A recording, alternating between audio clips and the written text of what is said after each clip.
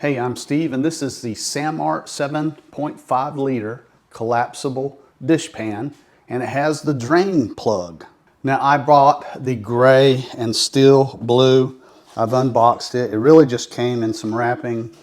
Comes with the little information sheet, and one of the most important probably to people is going to be the fact that it is BPA-free.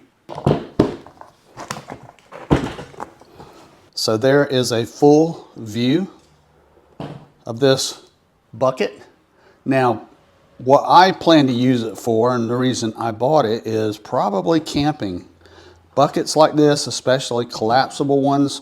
I have an old van that I like to camp in, and things like this are great to save space, and they're very useful. We have a handle on both sides for carry. Another feature that I like are these step-up legs on the bottom. That's going to be convenient, especially when you drain this bucket. So let's undo the drain plug. That's all there is to it, right there. And now, because it is raised a little bit, you can use this in your sink or wherever, and it'll easily drain water. Now, it's pretty sturdy. You're going to have to put a little bit of push down effort to make it collapse, which is a good thing. You want that. So that's it.